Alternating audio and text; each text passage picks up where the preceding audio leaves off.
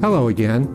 This is Mark Pace, the creator of the Vital Lifelong Alignment Program. And I want to welcome you today to our program called Bridging the Vitality Gap and the 3 most important questions you've never been asked. Bridging the Vitality Gap is a concept that we feel is helping people avoid being part of the greatest waste of human potential in the history of the world. All of my career, I've spent my time helping people figure out how long they were supposed to live. I worked in the life insurance business, but more appropriately in a particular area where we were applying actuarial science to help the hyper-affluent figure out how to buy and manage their life insurance to beat the life insurance industry at their own game. And because of that, I had access to what heretofore was proprietary information about how long people were actually supposed to live.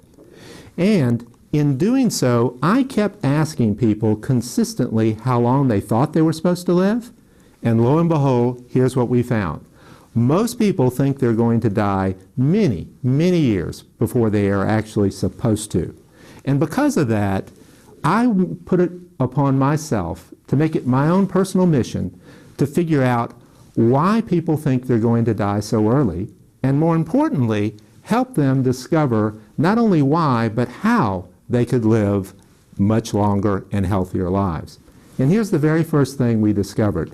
There is a massive misunderstanding about what actuarial science, particularly as it relates to life expectancy, means.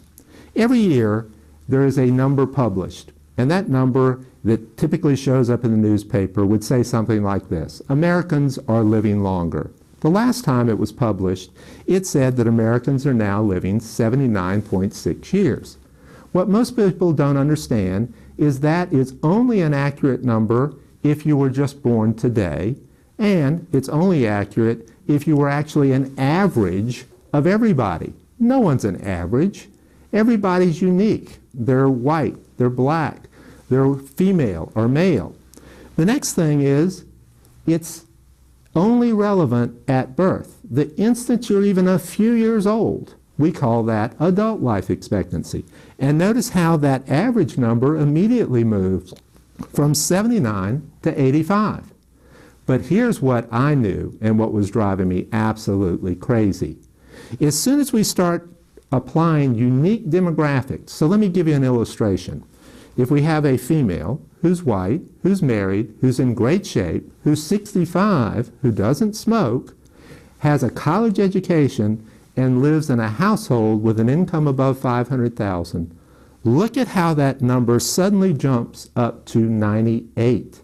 By the way, 98 is the midpoint. That's when half the population that looks like that is going to be dead, but guess what? The other half is still alive. And look at how big a misunderstanding there is.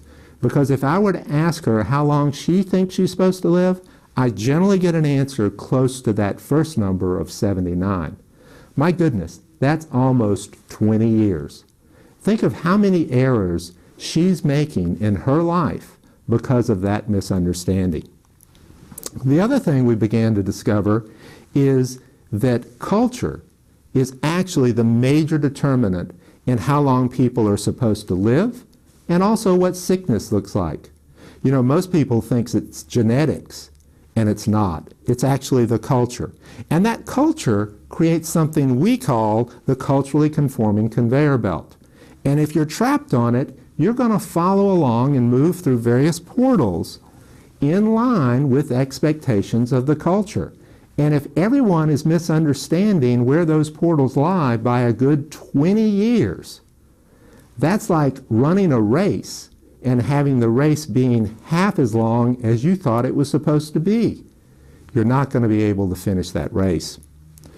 The other thing we discovered is nowadays, with all the improvements in health, fitness, and mental capabilities, our productive years have actually moved way out.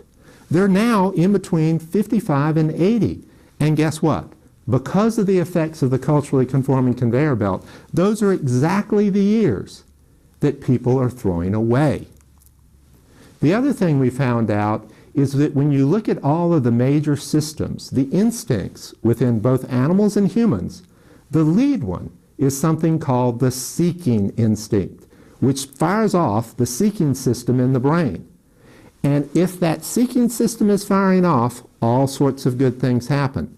But the instant you don't use it, all of the bad things happen. Stress, the major killer of individuals, takes over.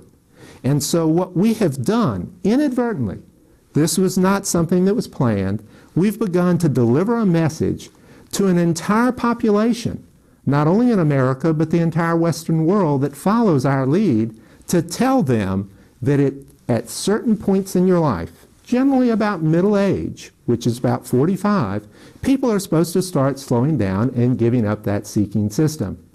And it's creating all sorts of horrible things. That culturally conforming conveyor belt has led to three things.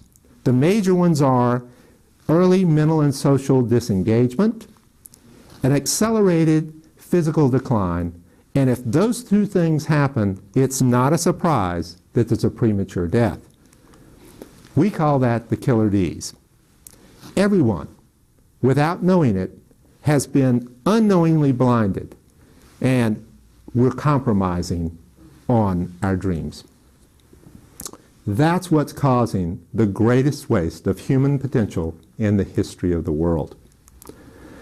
Now, there's one more thing that's even more shocking, and that is this.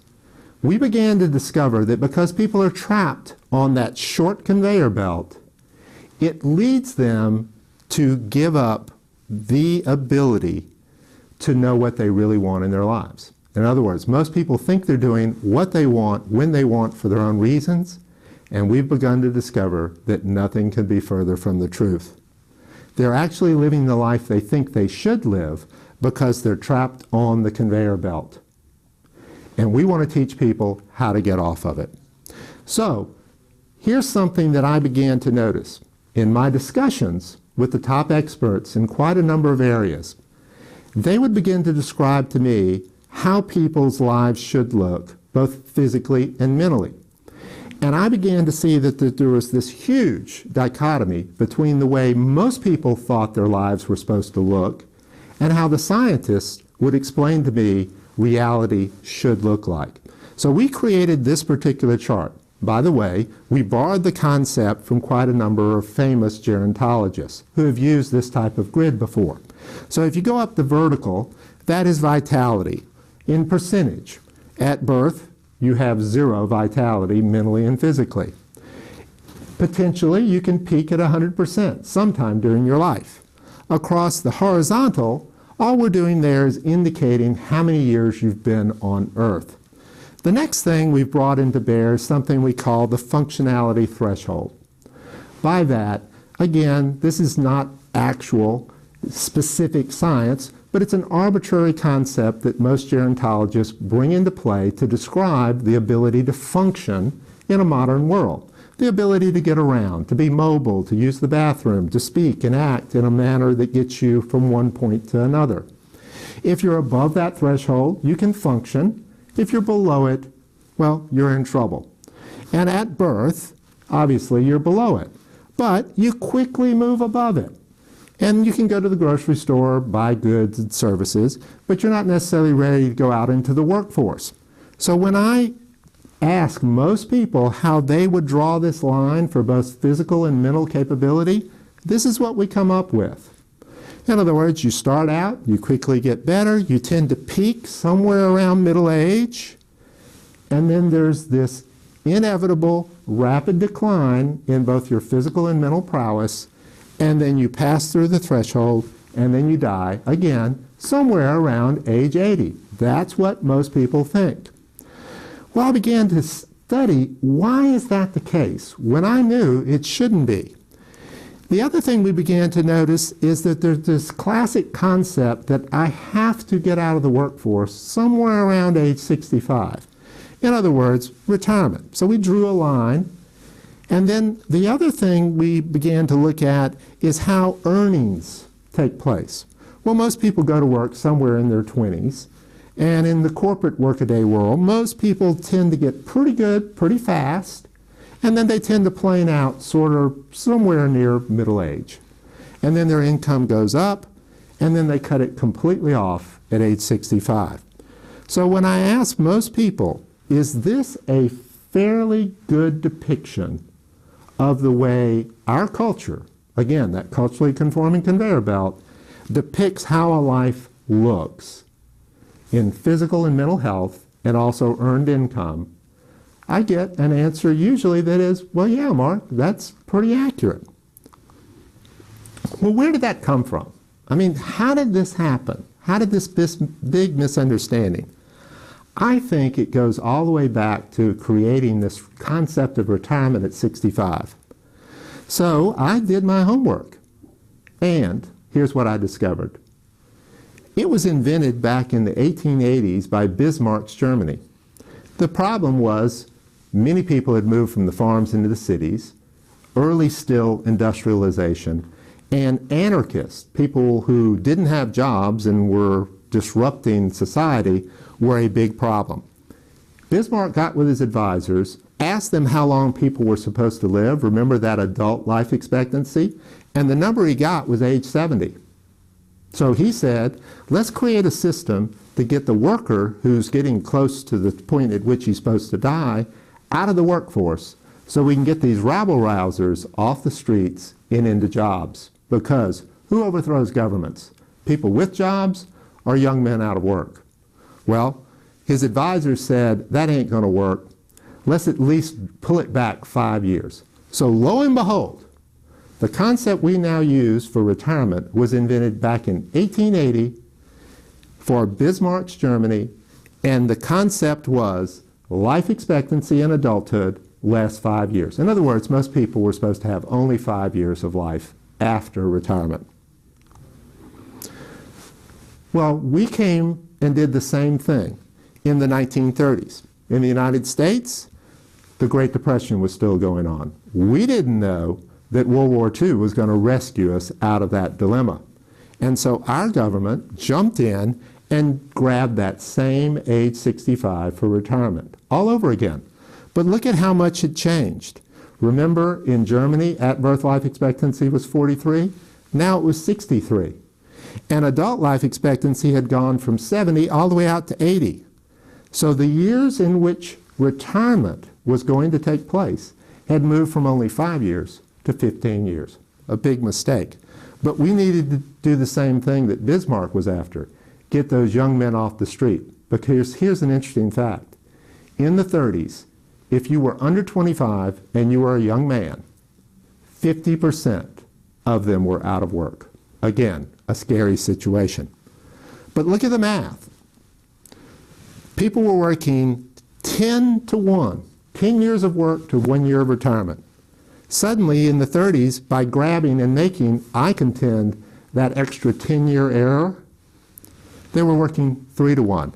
But let's push it forward to today. Remember, the average life expectancy is 85 for the general population in adulthood?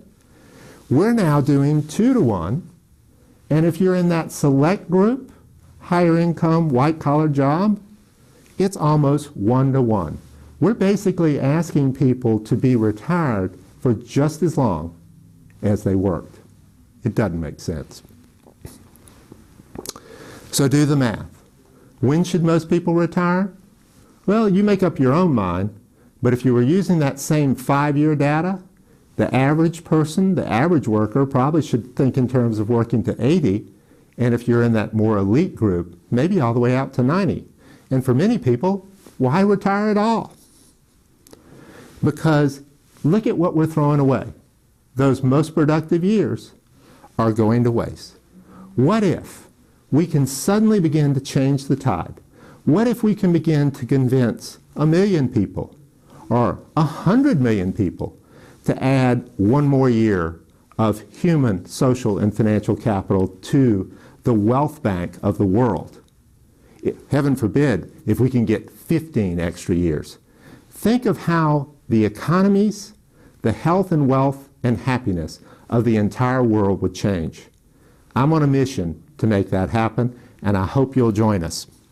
So remember, I was telling you about how there was this big dichotomy between what the scientists that I was working with and the experts told me that a life should look like and what I was hearing from the general public. So this second chart is the one that shows us, as best we can depict, what the scientists say a life should look like, both physically and mentally.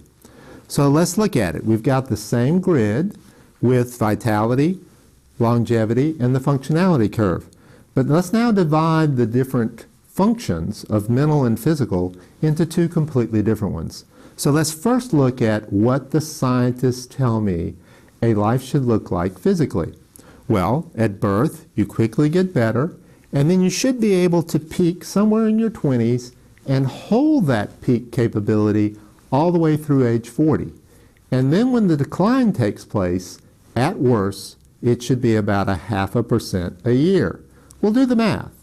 If you start declining at 40 and it's 0.5%, even out at age 100, 1/2 of 60 is only a 30% decline. But the experts say if you really take care of yourself, you should only see 1/4% decline. 1/4 of 60 is only 15%. That means all the way out at age 100, it's possible to still be at 85% of your peak physical capability. Well, guess what? That's a completely different picture than we get when we talk to most people and what they see their lives looking like. And guess what? This information dates all the way back to the mid-90s. It's not that new. How about mentally? Well, mentally, you should be able to get better and better and better in overall performance. Now, does that mean that you may not have a decline in your cognitive capability? Well, yes, you could. But as long as you're still able to remember most things, what has been added to your cognitive capability is your wisdom and your experience. And total performance is inclusive of all three: cognitive capability, wisdom, and experience. So again, a completely different picture as to how a life could and should look going forward. Now, because we live in an economy that for most of us, myself inclusive, is all about our ability to be mentally capable as long as we're physically above that functionality threshold, what could we do with our earned income if we just didn't decide to shut it off at some point? We could stay functional and earning for most of our life. Do we die? Well, yeah, people still die, but it shouldn't look like that long, slow decline that we have seen. Now, an actuary friend of mine who actually gave me the big break to get into the industry I was in prior to this one is 97 years old. His specialty is actually morbidity. That's that period of decline prior to death. Now think about that. He has actually lived through the invention of retirement at age 65. And here's what he'll tell you. He'll tell you categorically that prior to inventing that arbitrary point at which we should be able to quit performing, people lived and died in a picture that looks much more like this one than the one they think they should be living into. Therefore, medical science is some of the determinant, but most of it is just an expectation, one you can live and grow out of. So let's combine both physical and mental capability into one line. And let's look at that chart 1 again. What is the vitality gap? Well, it's all that time and capability, that waste of human, social, and financial capital. Let's get it all back. And let's make sure we don't do this. The culturally conforming conveyor belt has created this arbitrary point. By the way, midlife, middle age, it didn't exist until we invented retirement. It's a lot like, the concept of time. Time has been here a long time, but it really didn't mean what it means today till the trains had to run on time. So our current concept of time is only about a couple of hundred years old. Well, guess what? The concept of middle age is less than 100 years old. Prior to having retirement at 65, no one thought about middle age. But what did our culture do with that concept? Well, it created a threshold, a vitality threshold. And if you're on this side of it, the commercials, the social systems, the governmental systems encourage you to be seeking, striving, and creating. Remember, using that seeking system? But once you cross middle age, you look funny if you keep seeking, striving, and creating. The commercials tell us that when you're on that side, we're supposed to be slowing down, living the golden years, the good life. It's bad for you. So don't cross it. By the way, when we ask the supercentenarians, the people over age 105, one of their major characteristics is as follows. When you ask them how old they feel, they always, 100% of the time, give you an answer that is substantially below whatever middle age might be wherever they are anywhere in the world. What that means is they never gave up their seeking, striving, and creating system. And we're encouraging you not to either. So what are the three most important questions you've never been asked? Well, here they are. Look at those two charts, the ones we just looked at, and answer this question honestly. Before you saw these charts, which one of those two were you actively living your life into? And I've got to tell you, this program wouldn't have been invented if I didn't have to answer that question honestly myself 10 years ago. I was living into chart 1. Now what's the second question? Well, the second question is, which one do you really want to live your life into? I've yet to have anybody tell me they didn't want to live into chart 2. But here's the most important question. Question number 3. How are you going to know? How are you going to know how to do it? There are rules, and we're going to help you with that in the program. How are you going to know when you are suspect to those good friends and neighbors and well-meaning people who try to keep pulling you back onto the conveyor belt? Well, it's not easy. We're here to make sure that you can make the leap between getting it intellectually and really getting it and transforming your life. And that's not easy to do. You're going to need help. You're going to need help getting off that conveyor belt. Most of us are spending all of our time trying to figure out how to be better conveyor belt riders. Have you ever thought about getting off of it completely? The most important discovery that we have made is that the more you investigate this, you're going to be surprised to find that you are not really living the life you want to live. Okay, one of the other benefits of the program is we'll be sharing with you approximately 20 vital principles. Here are several of the major ones.